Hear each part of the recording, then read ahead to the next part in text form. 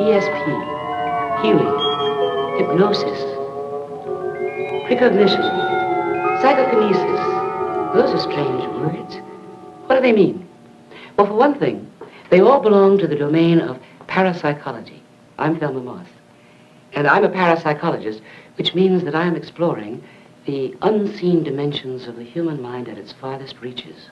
And this is a moviola, where we're trying to assemble a film that will show you what's happening in our scientific laboratories today in these areas. For example, can you lower your temperature at will? Or have you ever felt so transported by a piece of beautiful music that you felt as if you were leaving your body? Or there are stories about a saint like Teresa who, when she became ecstatic, actually rose above the floor. Of course, a lot of people dismiss that as a superstition, but that's what parapsychologists are trying to explore. One of the most interesting areas of all is that of healing.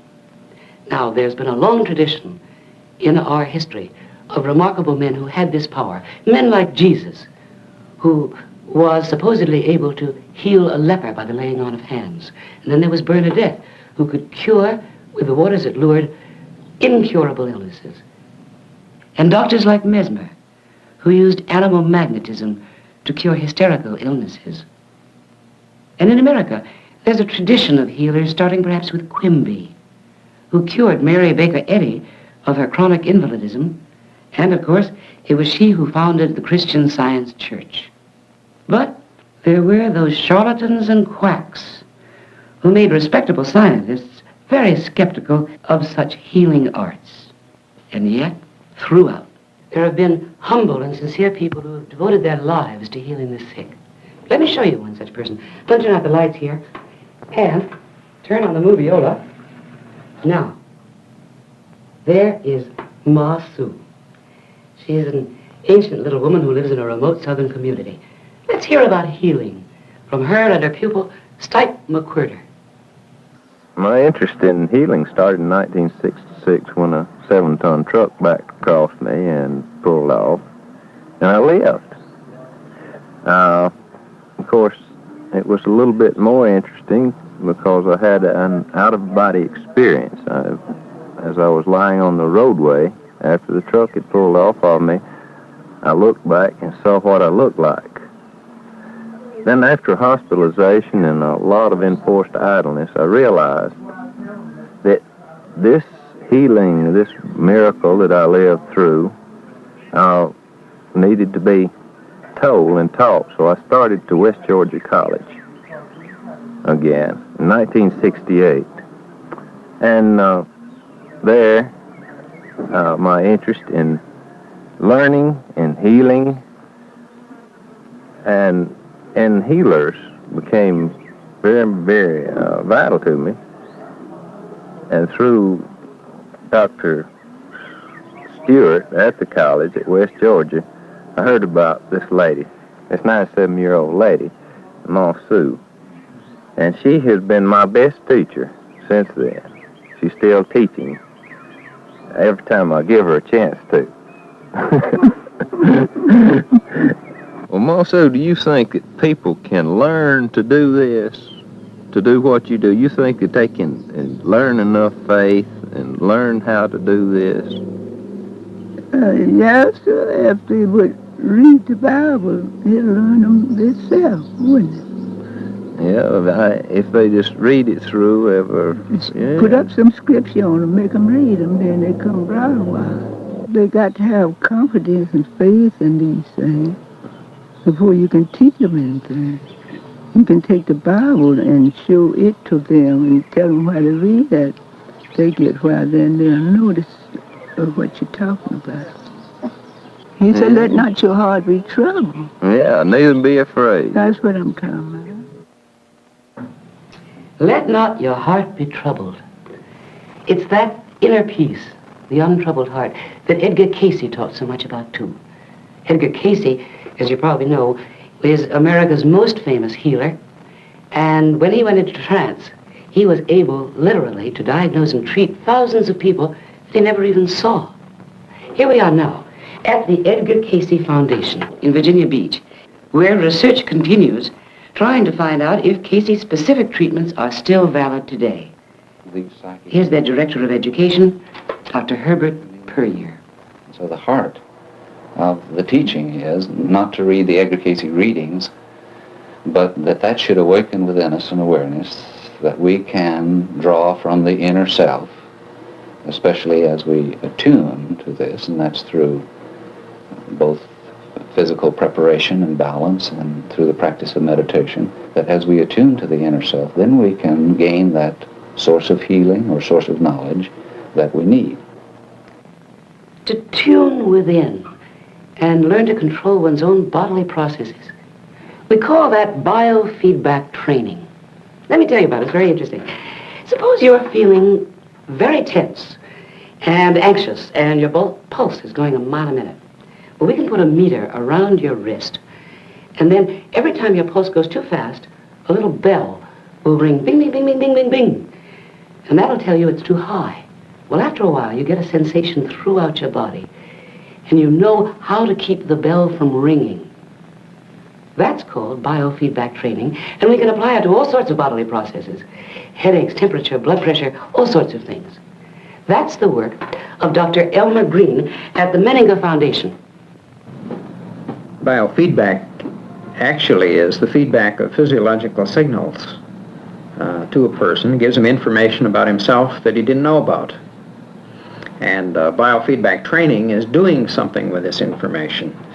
In essence, you might say it's the answer to psychosomatic disease. Through biofeedback training, people can come towards psychosomatic health. Psychosomatic self-regulation can begin with biofeedback training. And of course, all of this leads into what we might call a science of consciousness, because it's all done in consciousness. There isn't any such thing as biofeedback training. There's only training in internal existential cues. As for instance, in this workshop, we're training people in temperature control. We do this with thermistors, or actually, I guess you might think of them as thermometers, attached to the forehead and to the hand. In this particular case, we're training people to warm up the hand. Warmth is flowing into my hand. They are warm. Dr. Green's wife and associate, Alice, is using almost hypnotic suggestion to reinforce the idea of warmth going into the hand. I can feel the warmth flowing down my arms into my hands. And as they go through the training program, they learn how to make the hands get warm, merely as a visualization of warmth in the hands, and along with that goes cooling in the head. Now, the cooling in the head isn't much, except in the case of, for instance, migraine patients, and we found that a lot of them, people who have migraine, can get the migraine under control merely through a simple program in controlling the temperature of the hands. Curing a migraine headache by learning to control the body temperature. Isn't that a specific example of a person's mind controlling his body? And if you can do that, perhaps you can also use your mind to control something a little bit away from your body. In parapsychology, we call that psychokinesis, the influence of mind on matter, as in legend, Mohammed moved the mountain. A little bit further along, we talk about the influence of one mind on another mind, and that's called telepathy. Those two areas of research are being studied intensively now at the University of California in Davis by Dr. Charles Tart. Can man's mind transcend what we think of are the limits of space and time? Can he reach out and have really intimate communication with others, direct mind to mind? These are the kind of things that have been occupying the attention of my laboratory for the past several years, and that we'll look at some of the research on in the next few minutes. This device is for both testing and training a person's ability to directly influence matter with his mind alone, what's technically termed psychokinesis. The machine spins a silver dollar and the subject attempts to make it come up heads or tails. By getting immediate feedback on how his results come out, a person can theoretically gradually learn to do better and better at this sort of task.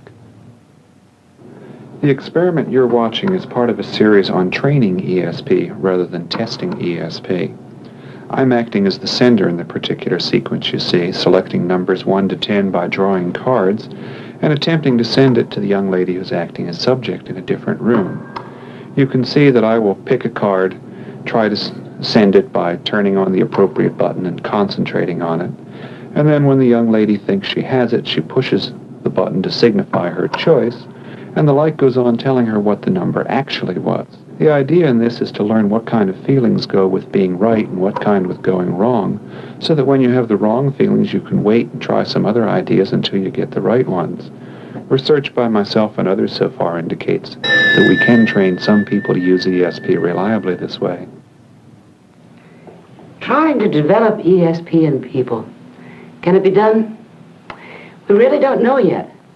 And in fact, in life, a lot of times ESP is confused with coincidence. For example, how many times have you reached for the phone to call a friend, and just as you're reaching, the phone rings and it's your friend? Is that coincidence or ESP? We don't know.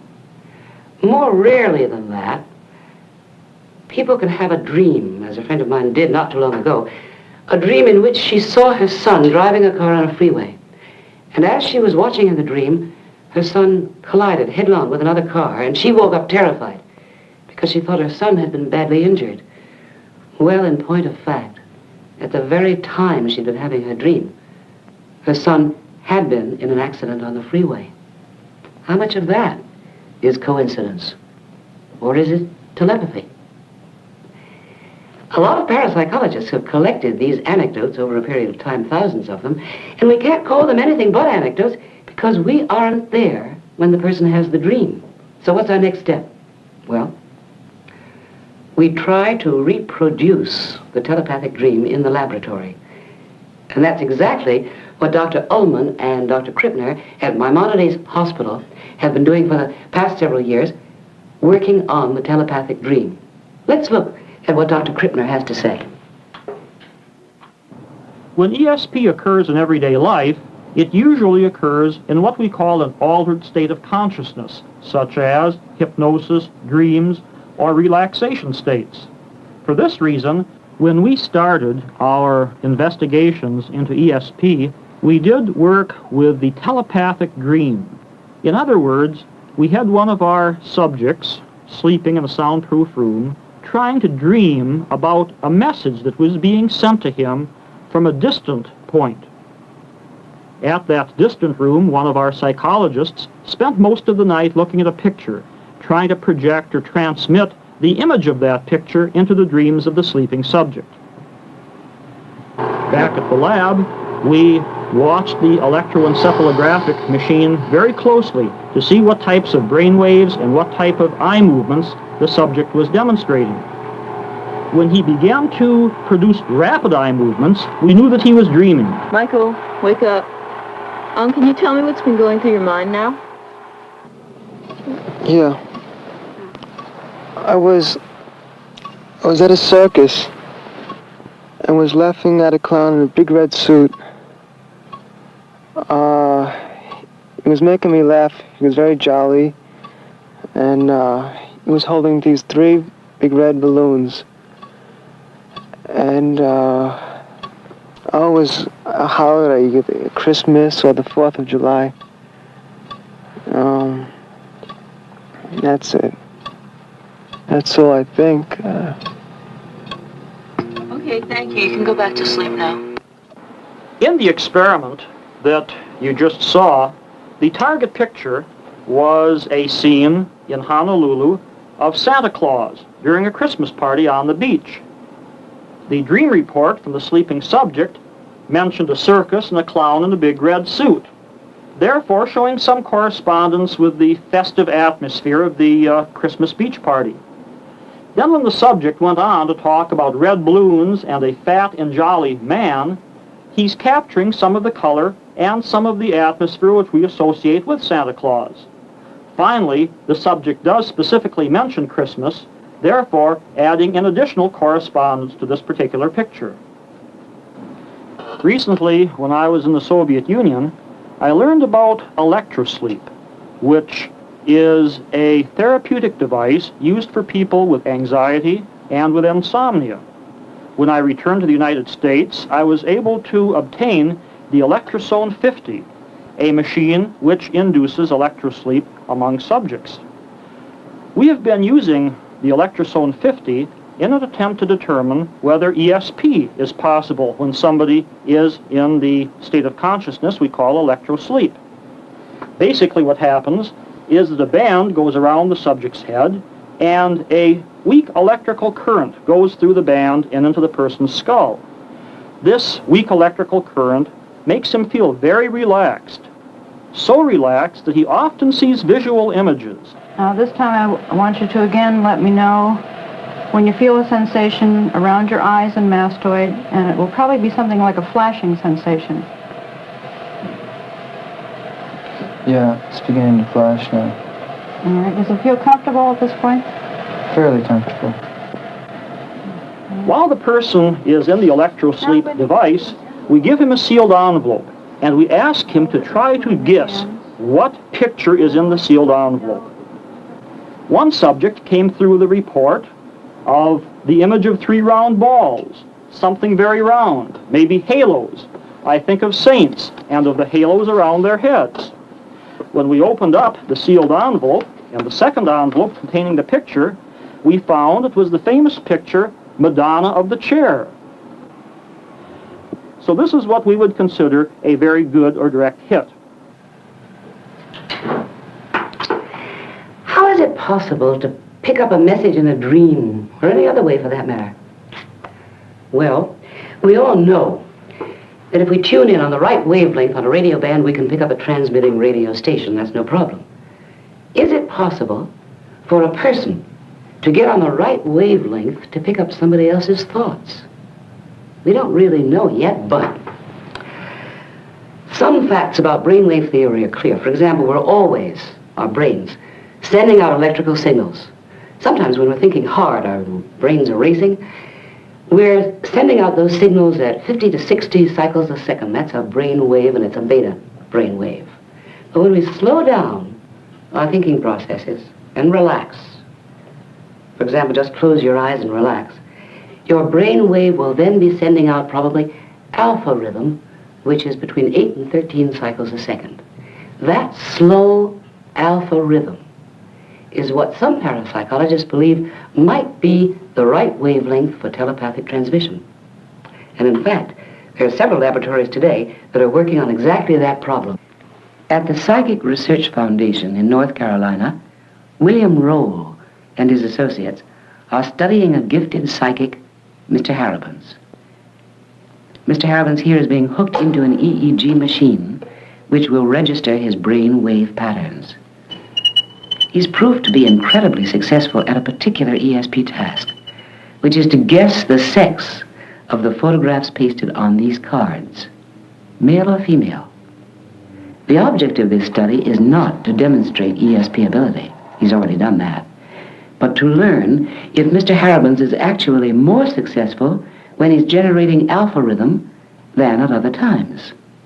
So far, this research shows that he does indeed make more correct choices when he's in alpha rhythm. This finding suggests that a gifted psychic may naturally generate alpha rhythm. Okay.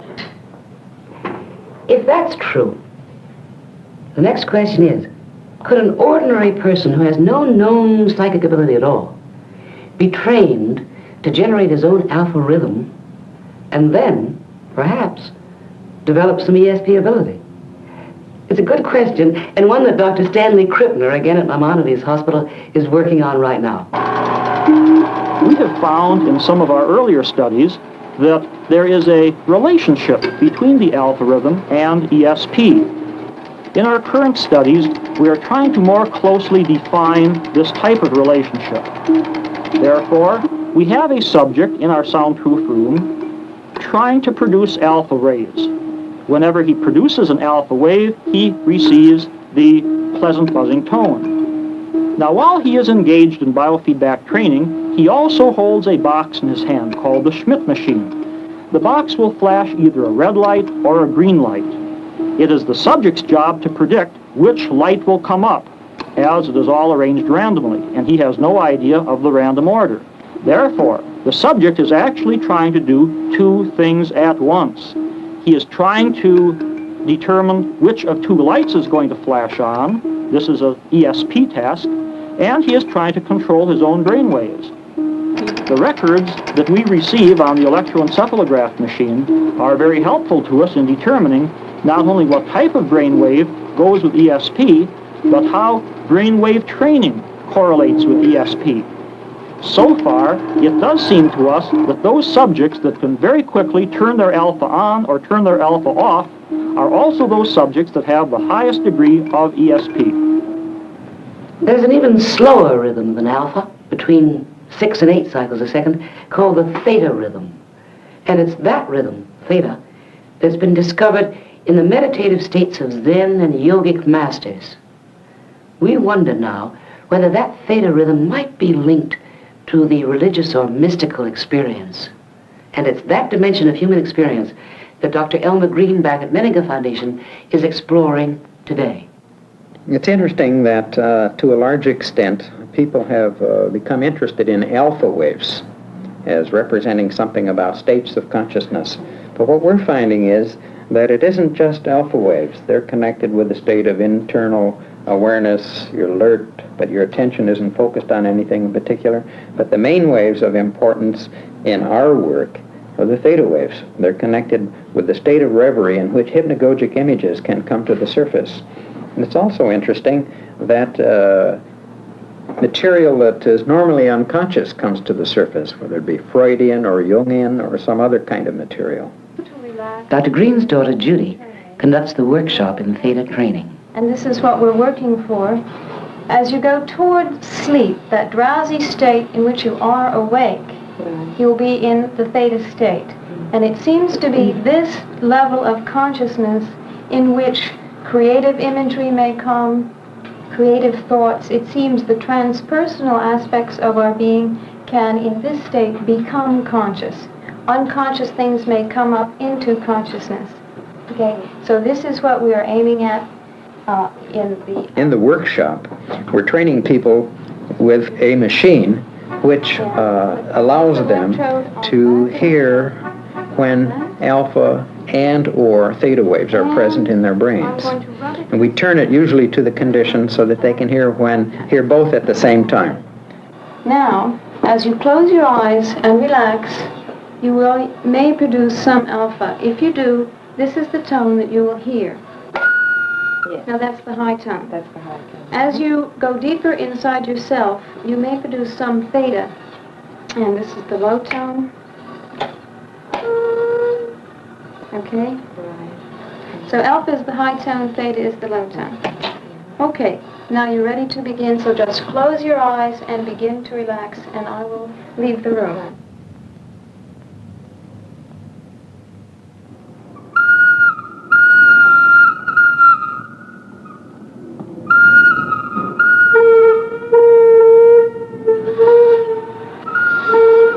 Jackie, the time is up now. How are you feeling?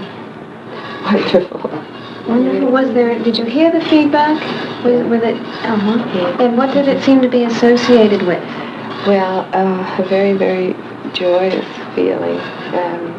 There Did were I hear you alpha waves weeping? and yes, right. I wasn't sure. I was listening at the door, and Yeah. I thought, you weren't having unpleasant experiences. No, very Can you beautiful describe- feelings of complete closeness with my Creator. I see. And, the God within.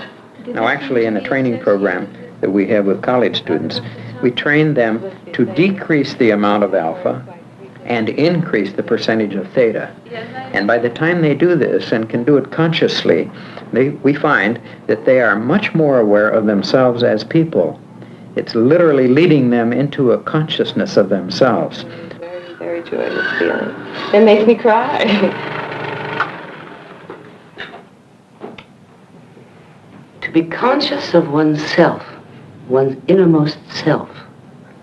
Hasn't that been the goal of mystics in meditation throughout the ages? And isn't it striking that a young man, just trying to learn to control his alpha rhythm, seems to look as if he were deep in meditation. Of course, that's just the beginning of self-mastery. But those great souls who have learned how to transcend their personal egos sometimes are depicted as having lights emanating from their heads. Moses, coming down from the mountains, was supposed to have a head filled with light. And then there was Jesus, and Mary, and St. Francis, and the Buddha, and Mohammed. What is that halo? Just an artistic convention? Or could it be an invisible radiation that becomes visible under certain conditions? We don't know. But recently, in the Soviet Union, some people named Kirlian invented a new photographic technique that makes visible certain invisible radiations. And as a matter of fact, in our laboratory here on the campus at UCLA, we have a similar photographic device which was invented by my colleague, Mr. Kendall Johnson. And with the photographs that we take, we also can see absolutely fascinating radiations emanating from plants and from people. Here's our lab, and there's our equipment, and as you can see, there's no camera and there's no lens. The way we take a picture is to put the finger directly on the film and send an electrical current through. Now, this is a research associate, Miriam, and we're taking her picture in its normal condition. And this time we've asked Miriam to keep her finger in some ice and ice water until it gets very cold and numb. At that point, we take a picture again. Now we can show you what those pictures look like when we have them enlarged. This first one is how our finger looks in its normal condition. And this one shows you what her finger looks like when it has been cold and the aura or the corona discharge gets much smaller and seems to condense around it.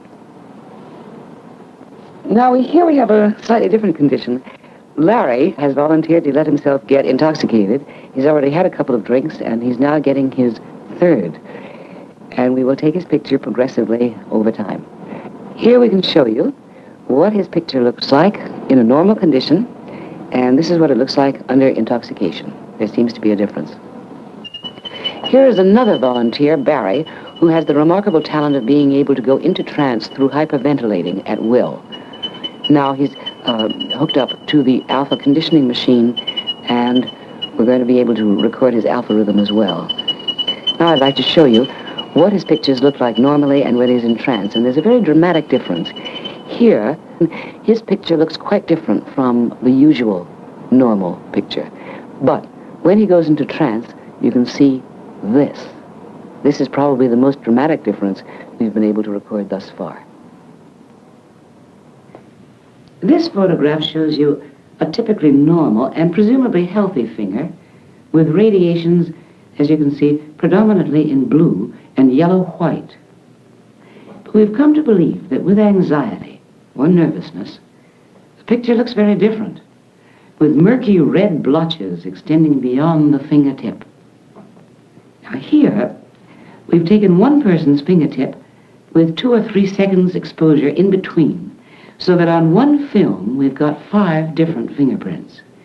And what's interesting here is those red dots in the center of the finger. They seem to come and go mysteriously and very quickly. We simply don't know what that means. We're going to see some slides that we've done of leaves. This is a geranium leaf, and we have a characteristic pattern for almost all the things that we've taken in color. The predominant colors are blue, white, and red, and variations thereof. As you can see here in this rather beautiful leaf, we get bubbles or beads. Depending on the character of the leaf, the pattern changes. Here, for example, we have a geranium leaf which is shown in several different exposure times, because the length of exposure will also change the color that we're going to see. For example, up in the left-hand corner, it was a very short exposure time, and we get predominantly a dark blue and lots of black. Everything in nature that we've photographed thus far has a radiation, whether animal, vegetable, or mineral. And what's more, Every species has its own particular pattern of radiation. Just as there are no two fingerprints alike, similarly, there are no two radiations that we photograph that look alike. And yet, throughout, interpenetrating all of these objects, there seems to be one fundamental energy.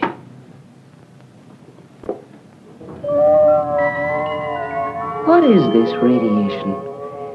This new vision of an object that we see? Does it show us a different dimension that exists beyond what our eyes can see, but that's there all the time? We don't know. And that's true of so much that lies within us and still far beyond our reach. We may be at the threshold of a new age, about to enter into a new phase of our evolution, passing beyond the blindness of this life into a new and dazzling world of the mind.